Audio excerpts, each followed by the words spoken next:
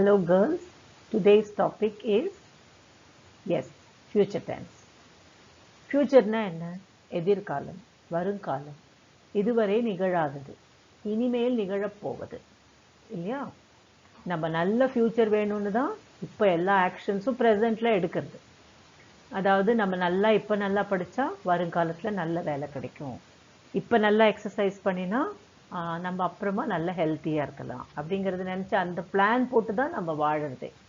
So இந்த ஃப்யூச்சருக்காக நீங்கள் இப்போ எத்தனையோ ஆக்ஷன்ஸ் எடுக்கிறீங்க. இந்த ஃப்யூச்சரை பற்றி நம்ம எப்படி பேசுறது? What are the structures we will use to speak about the future, அது பார்க்கலாம். So there are many ways to speak about the future. The first structure that we are going to see today is going to. இதோட structure நீங்கள் என்னன்னு பார்த்தீங்கன்னா, going to plus verb 1. இதுதான் structure. I am going to play, going to eat, going to study, going to work. இது எல்லாமே example. இப்போ நான் ஐன்னு போடும்போது I going toன்னு சொல்லக்கூடாது.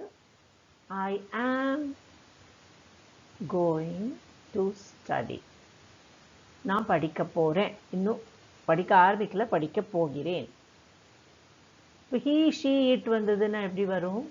She is going to study. அதே we, they அந்த சப்ஜெக்ட்ஸ்க்கு they are going to study. சரியா? ஸோ நம்ம கோயிங் டுன்னு எப்போ யூஸ் பண்ணுறோம் இங்கிலீஷில் அப்படிங்கிறத பார்க்கலாம். when we have a decision or definite plan before the time of speaking. அதாவது நம்ம அந்த பிளானை பற்றி நம்ம பேசுகிறதுக்கு முன்னாடியே நம்ம அந்த பிளானை போட்டுட்டோம். the plan was made before speaking. நேத்திக்கோ முந்தா நேத்தோ இன்னைக்கு காலையிலையோ நம்ம டிசைட் பண்ணிவிட்டு இப்போ அதை பற்றி நம்ம சொல்கிறோம். முன்கூட்டியே திட்டமிட்ட செயல்களை பற்றி பேசுவதற்கு நம்ம கோயிங் டு யூஸ் பண்ணுறோம். ஸோ இது ப்ரீ பிளான்ட் ஈவெண்ட்ஸுக்கு கோயிங் டு யூஸ் பண்ணுறோம். புரிஞ்சுதா? She is going to study science at university. யூனிவர்சிட்டினா என்ன? College. I am not going to book the tickets for the show. So இது ஒரு negative sentence. So going to, not going to. இப்போ நீங்கள் படிக்க போகிறது இல்லைன்னா I am not going to study. she is not going to study. they are not going to study. So இதிலெல்லாம் ஒன்றும் difference வராது. இந்த am is are தான் சப்ஜெக்டுக்கு ஏற்ற மாதிரி டிஃப்ரென்ஸ் வரும். கொஸ்டின்ஸ் எப்படி பண்ணணும்? கோயிங் டு வச்சுட்டு are you going to watch that movie tonight? So அதே மாதிரி யூ தே வந்ததுன்னா ஆர்னு போடணும். ஐ வந்ததுன்னா am போடணும். he, she, இட்டுக்கு is. is he going to watch that movie tonight? அப்படி வரும். ஸோ நம்ம எப்போ யூஸ் பண்ணுறோம் going to? when there is a definite plan before speaking, we use going to. so this is the first use of going to. இன்னொரு சிச்சுவேஷன்லையும் நம்ம going to use பண்ணுறோம். அது என்னன்னா, we can see now that it is sure to happen in the future. இப்பொழுது இருக்கும் சூழ்நிலையை இல்லாவிட்டால் நிகழ்வுகளை வைத்து இவ்வாறு நடக்கும் அப்படின்னு நம்ம முன்கூட்டியே சொல்கிறது. அப்போவும் நம்ம கோயிங் டு சொல்லலாம். ஃபார் எக்ஸாம்பிள், இப்போ நீங்கள் வெளியில் பார்க்குறீங்க விண்டோ வழியாக, அப்போ இருட்டிட்டு இருக்கு மேகம்னா, அந்த மேகம் இப்போ நீங்கள் பார்க்குறதுனால நீங்கள் என்ன சொல்கிறீங்க? I think it's going to rain. அதாவது பிறகு மழை பெய்யும் என்று நீங்கள் இப்பொழுதே முன்கூட்டியே சொல்கிறீர்கள். எதை வச்சு சொல்கிறீங்க? இப்போ நீங்கள் பார்க்குற மேகங்களை வச்சு. ஸோ ரெண்டு சிச்சுவேஷன் நம்ம கோயிங் டு யூஸ் பண்ணலாம். நம்ம முன்கூட்டியே திட்டமிட்ட செயல்களை பற்றி பேசுவதற்கு கோயிங் டு சொல்லலாம். இப்பொழுது இருக்கும் சூழ்நிலை இல்லாட்ட நிகழ்வுகளை வச்சு முன்னாடி என்ன நடக்க போகிறது அப்படின்னு நம்ம prediction, is called predicting. Okay, ப்ரெடிக்டிங்னா இப்படி நடக்கும் அப்படின்னு நம்ம முன்கூட்டியே சொல்கிறது, அதுக்கு ப்ரெடிக்ஷன். ஸோ இது ரெண்டுக்கும் நம்ம கோயிங் டுங்கிற ஸ்ட்ரக்சர் யூஸ் பண்ணலாம். ஃபார் எக்ஸாம்பிள் இங்கே பாருங்கள், I did the exam very well, I am going to get good marks. அப்படின்னா ஏன் சொல்கிறீங்க I am going to get good மார்க்ஸ்னு? இது ஆல்ரெடி நடந்துருச்சா? இல்லை, நடக்க போகிறது. நீங்கள் எப்படி அவ்வளோ ஷுவராக சொல்கிறீங்க? ஏன்னா இப்போ நான் எக்ஸாமை ரொம்ப நல்லா எழுதியிருக்கேன். So I am going to get good marks அப்படின்னு. So we use going to for these two reasons. Did you understand? Okay. Let's look at the sentences on this slide. இங்க வந்து உங்களுக்கு 4 verbs இருக்கு. Watch, eat, walk, wash. இந்த verbs correct placesல நம்ம போடணும். Shall we do this? Okay. So what are we supposed to do? Fill in the blanks with the correct verbs using going to structure. Okay. Let's see the first sentence. I don't want to take the bus. நான் பஸ்ல போறதுக்கு எனக்கு விருப்பம் இல்லை. ஏன்? I am going to, இங்க I வருது, அதனால am வரும். I am going to, which verb will you use? Walk. எனக்கு பஸ்ல போவதற்கு விருப்பம் இல்லை, நான் நடக்க போகிறேன். Okay, next one. I feel hungry. So I வந்ததுன்னா என்ன வரும்? Am. If you feel hungry, what are you going to do now? I am going to eat. எனக்கு இப்பொழுது பசிக்கிறது, அதனால் நான் சாப்பிட போகிறேன். The next sentence. My hands are dirty. What will you do if your hands are dirty? I am going to wash them. Okay. Let's go to the last sentence. So we have finished walk, eat, and wash. Let's look at the fourth sentence. There's a good movie on TV. Okay, then a question மாதிரி இருக்கு. Question எப்படி பண்றது? Are you going to watch it? நீ பார்க்க போறியா? அந்த picture நல்ல picture வரப்போகுது. Are you going to watch it? Okay. So நீங்கள் வந்து இந்த ப்ரீவியஸ் ஸ்லைட்ஸில் நான் வந்து உங்களுக்கு சென்டென்ஸ் கொடுத்துருக்கேன் இல்லையா, அந்த ஸ்ட்ரக்சர்ஸ் கொடுத்துருக்கேன் ப்ரீவியஸ் ஸ்லைடில். அந்த ப்ரீவியஸ் ஸ்லைடை பார்த்தீங்கன்னா உங்களுக்கு ஸ்ட்ரக்சர் புரியும். அதை வச்சு நீங்கள் சென்டென்ஸ் பண்ணலாம். ஓகே, இப்போ திருப்பி நம்ம கோயிங் டு எப்படி யூஸ் பண்ணுறதுன்னு பார்க்கலாம். ஸோ இந்த பிக்சர்ஸ் எல்லாம் பார்த்தீங்கன்னா இங்கே ஒரு நிகழ்வு கொடுத்துருக்காங்க. அதாவது இப்பொழுது நிகழும் நிகழ்ச்சிகளை வைத்து நம்ம என்ன நடக்க போகிறது அப்படின்னு நம்ம ஜோசியம் சொல்கிற மாதிரி prediction. So let's look at this. In the clouds, இந்த பையன் பார்த்துட்டு இருக்கான் இல்லையா? So what's he going to say? What's he saying here? It's going to rain. So இருட்டிட்டு இருக்கிற மேகங்களை பார்த்துட்டு it's going to rain அப்படிங்க. இங்க பார்த்தீங்கன்னா இங்க ஒரு புக் ஷெல்ஃப் இது. அந்த புக் ஷெல்ஃப் தள்ளாடிக்கிட்டு இருக்கு, அப்படியே எப்போ விழுமோ அப்படின்னு அந்த ஆணியெல்லாம் வெளியில வந்திருக்கு பாருங்க. So it's what are you going to say? The shelf is going to fall. அது இன்னும் விழலை, அது இப்போ இருக்கிற அந்த ஒரு மாதிரி ரெண்டுங்கட்டா நிலையை பார்த்துட்டு நீங்கள் ஐயோ அது விழப்போகுது அப்படின்னு சொல்கிறீங்க. Next one. You can see a road, you can also see a car, and the car's left indicator is turned on. So you know that the car is going to turn left. And look at the last picture. There is a boy and he is near the ball. What's he going to do? He is going to kick the ball. So நீங்கெல்லாம் இந்த structures பார்த்தீங்கன்னா going to இது verb 1 fall, இது verb 1 turn, kick. Okay, இது 3 verb. டர்ன்னா திரும்புறது. இங்கே வந்து going to rain. இங்கே வந்து நான் இஸ்ன்னு யூஸ் பண்ணுறேன். ஏன்? பிகாஸ் ஷெல்ஃப்னா இட். அதே மாதிரி கார் வரனால இங்கேயும் இஸ், இட். இது வந்து ஒரு திங். அப்புறம் ஹீ வரனால again you are having is here. Okay, so in this slide we saw the use of going to based on the present situation. You are predicting something. Okay, so we saw A and then how to speak about the future. Going to plus verb 1. So there is another way you can speak about the future. Do you remember present continuous? Present continuous na enna? Subject plus is or am or are plus verb 1 plus ing. I am studying now.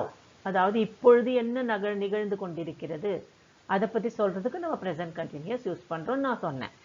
But அதே present continuous நம்ம ஃபியூச்சரை பத்தி பேசுறதுக்கும் use பண்ணலாம். அப்போ இந்த now இருக்காது, change பண்ணிடுவோம்.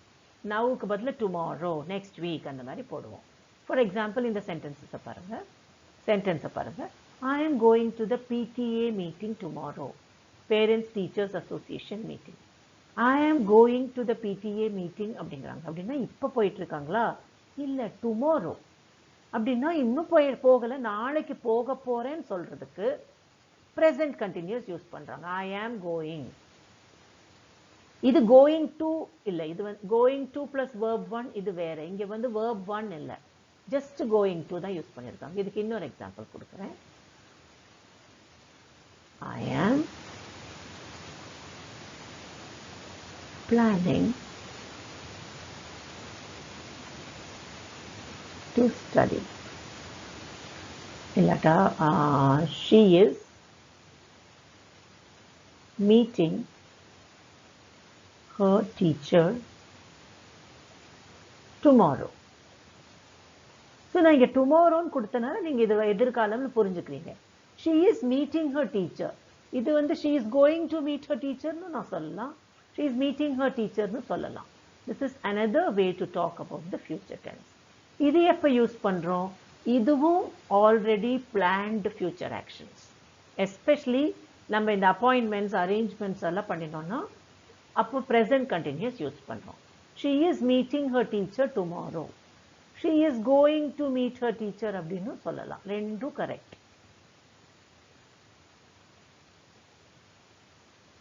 ஸோ இந்த going to plus verb 1 அப்புறம் present continuous இந்த ரெண்டு ஸ்ட்ரக்சர்ஸும் நம்ம எதுக்கு யூஸ் பண்றோம்? planned future actions. அந்த பிளான் எப்போ பண்ணியிருக்கோம்? before speaking. புரிஞ்சுதா? நெக்ஸ்ட் பார்க்குறோம் ஃபியூச்சர் டென்ஸ் பற்றி பேசுறதுக்கு. the next structure we are going to see is will. இந்த will தான் நிறைய பேர் நம்ம யூஸ் பண்ணுவோம். ஸோ willுக்கும் இந்த going toக்கும் present continuousக்கும் என்ன difference? we use will for the future. okay. we don't use will for things we have already decided or arranged to do. அதாவது நம்ம முன்னாடியே பிளான் பண்ணி இல்லை அரேஞ்ச்மெண்ட்ஸ் பண்ணியிருக்கிற விஷயங்களுக்கு நம்ம வந்து will யூஸ் பண்ண மாட்டோம். எப்போ யூஸ் பண்ணுவோம் will?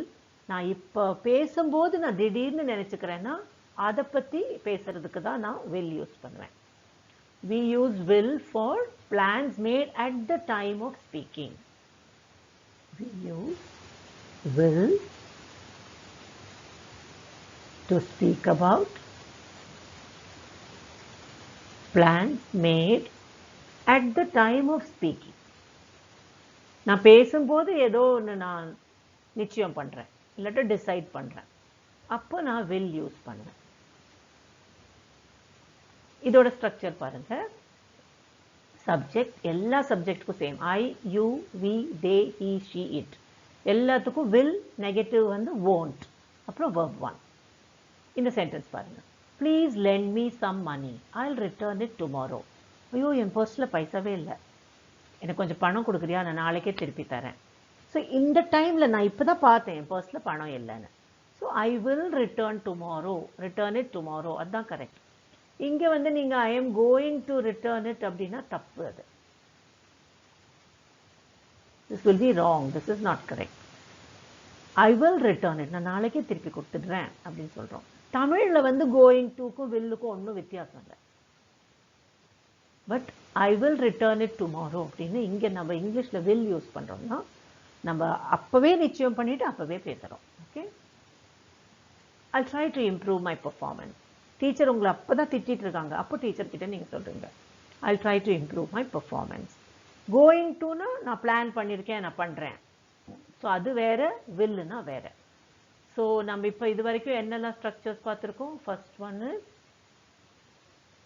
going to plus verb 1. The second structure was present continuous. The third structure is will. We use both these structures to talk about pre-planned action.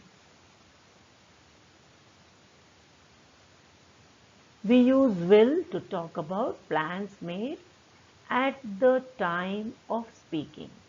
நம்ம இப்போ பேசும் பொழுது எதையான பிளான் பண்ணினோம்னா அப்போ நம்ம willன்னு யூஸ் பண்ணுறோம். ஸோ இது வரைக்கும் நம்ம 3 ஸ்ட்ரக்சர் பார்த்துருக்கோம். ஸோ அதை தான் நான் இங்கே கொடுத்துருக்கேன் உங்களுக்கு. So you can speak about planned actions, predictions based on present observation, and plan made at the time of speaking. So for planned actions, you have 2 choices. One is going to plus verb 1. The other is present continuous. So can you fill in these blanks for me? I am going, enna varum in the blanks la, to play. I am going to play tennis in the evening.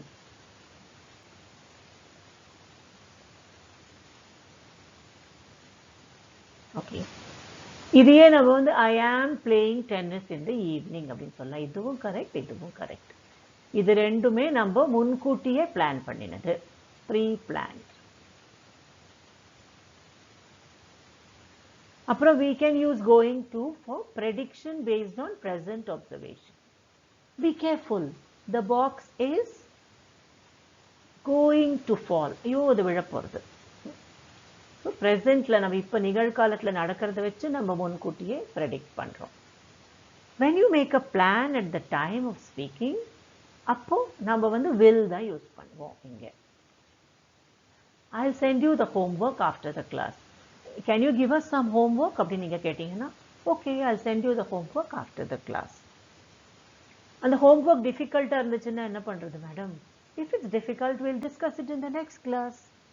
So இது வந்து நான் பேசும்போதே plan பண்ணுறதுனால I am using will.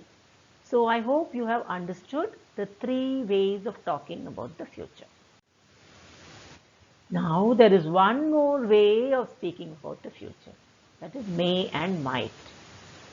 உங்களை பொறுத்த வரைக்கும் மேவும் மைட்டுக்கும் ஒன்றும் வித்தியாசம் இல்லை. ரெண்டையும் நீங்கள் ஒன்றுக்கு பதிலாக இன்னொன்று யூஸ் பண்ணலாம்.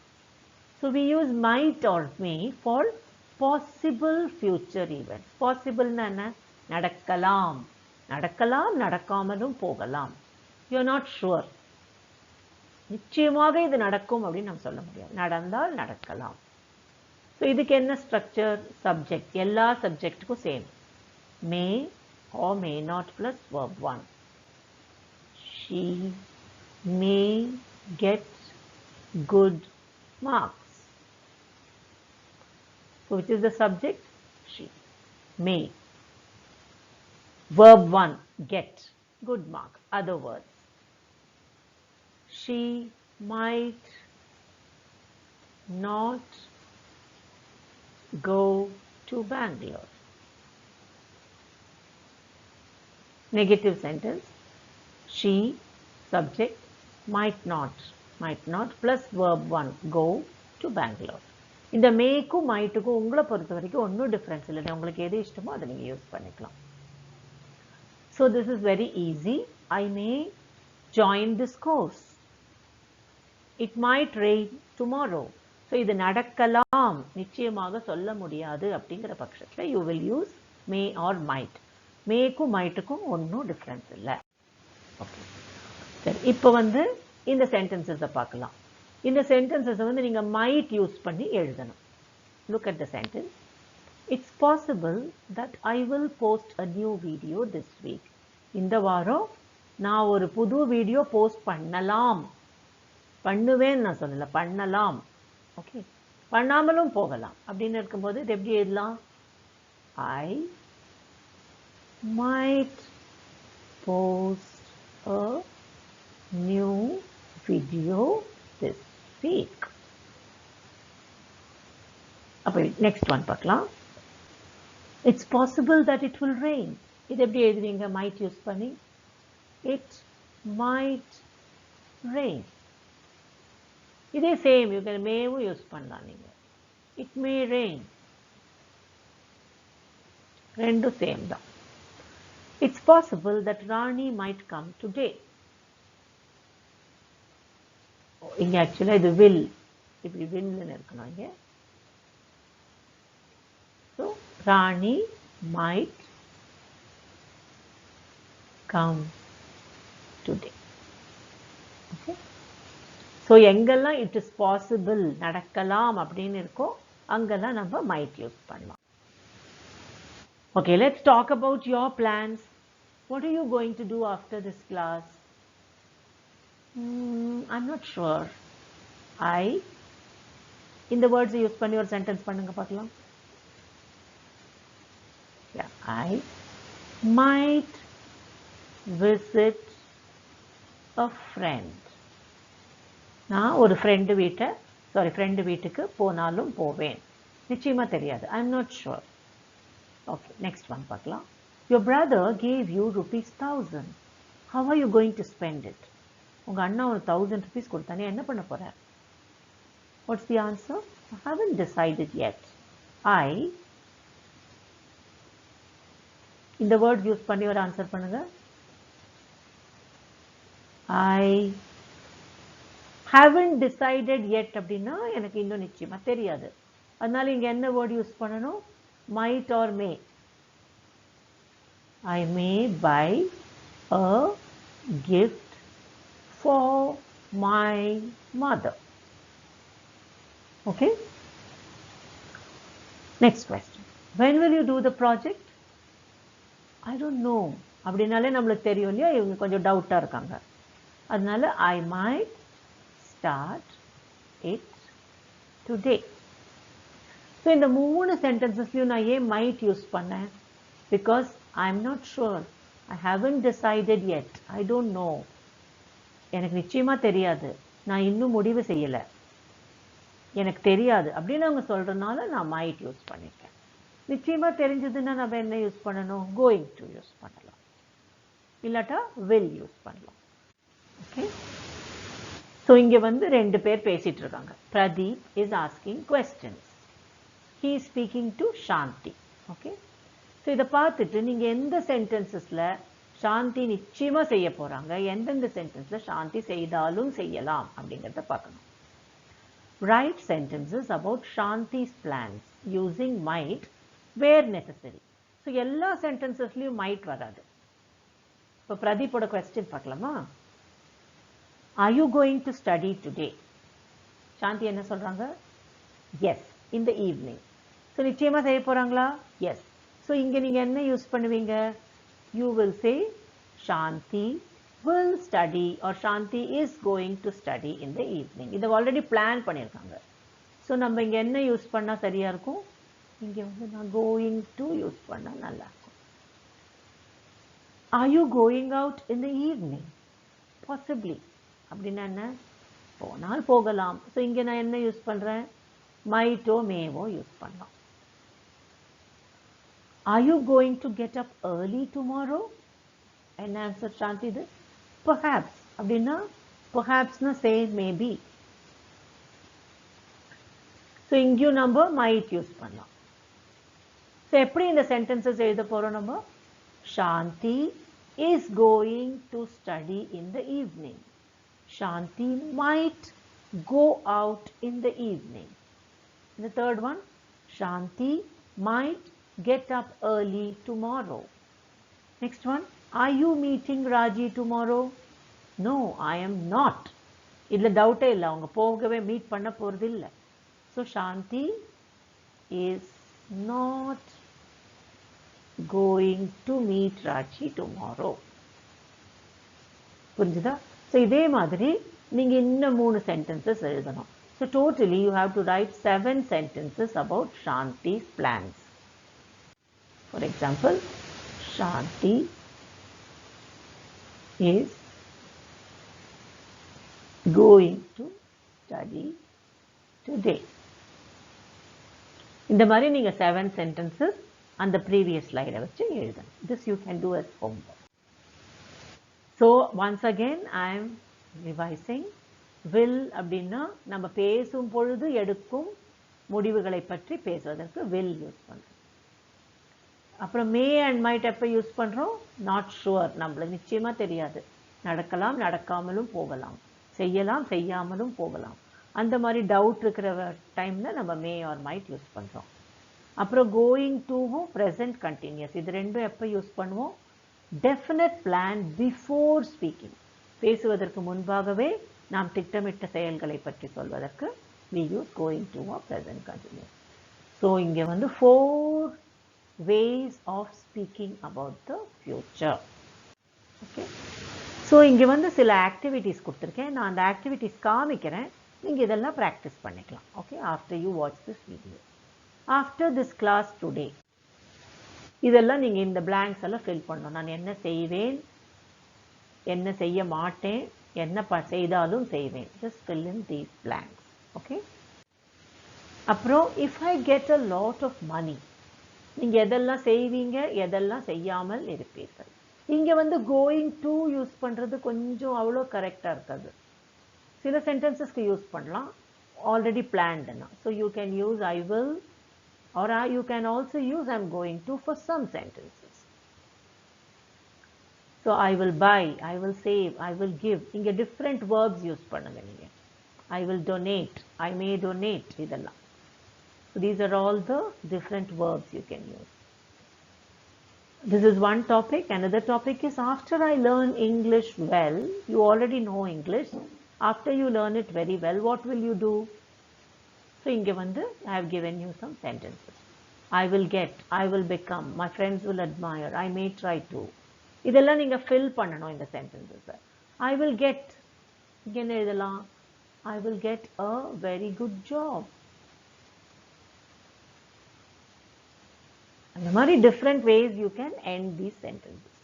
So try to think of what you will do if you get a lot of money and what you will do after you learn English well. Okay. Then the last activity is 5-year plans. If a country la 5-year plans பண்ணனும்ல, நம்மளுக்கும் 5-year plans இருக்கலாம்.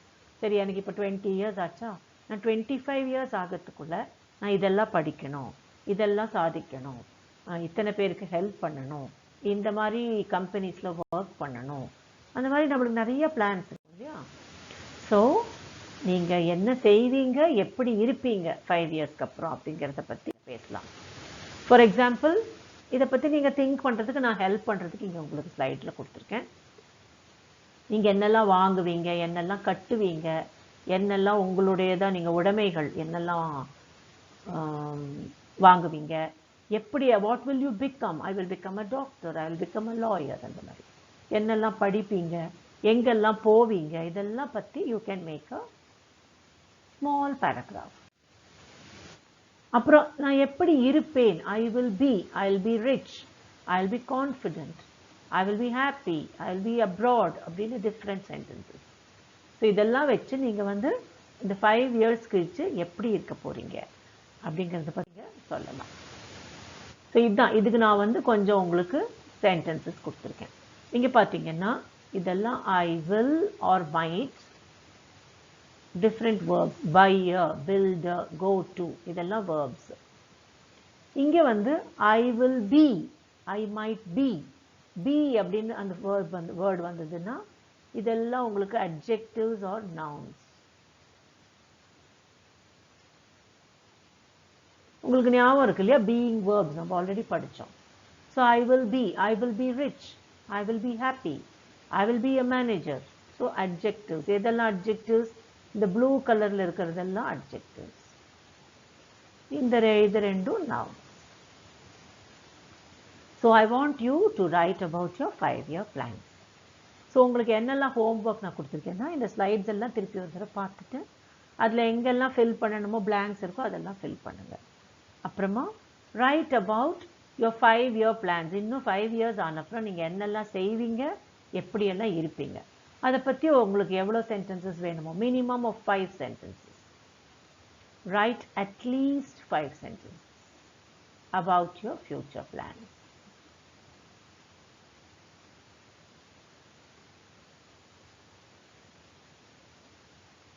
Okay, so please try this. இந்த ஸ்லைடில் நிறையா grammar concepts இருக்குது. So if you have any questions, we can arrange a class. Okay.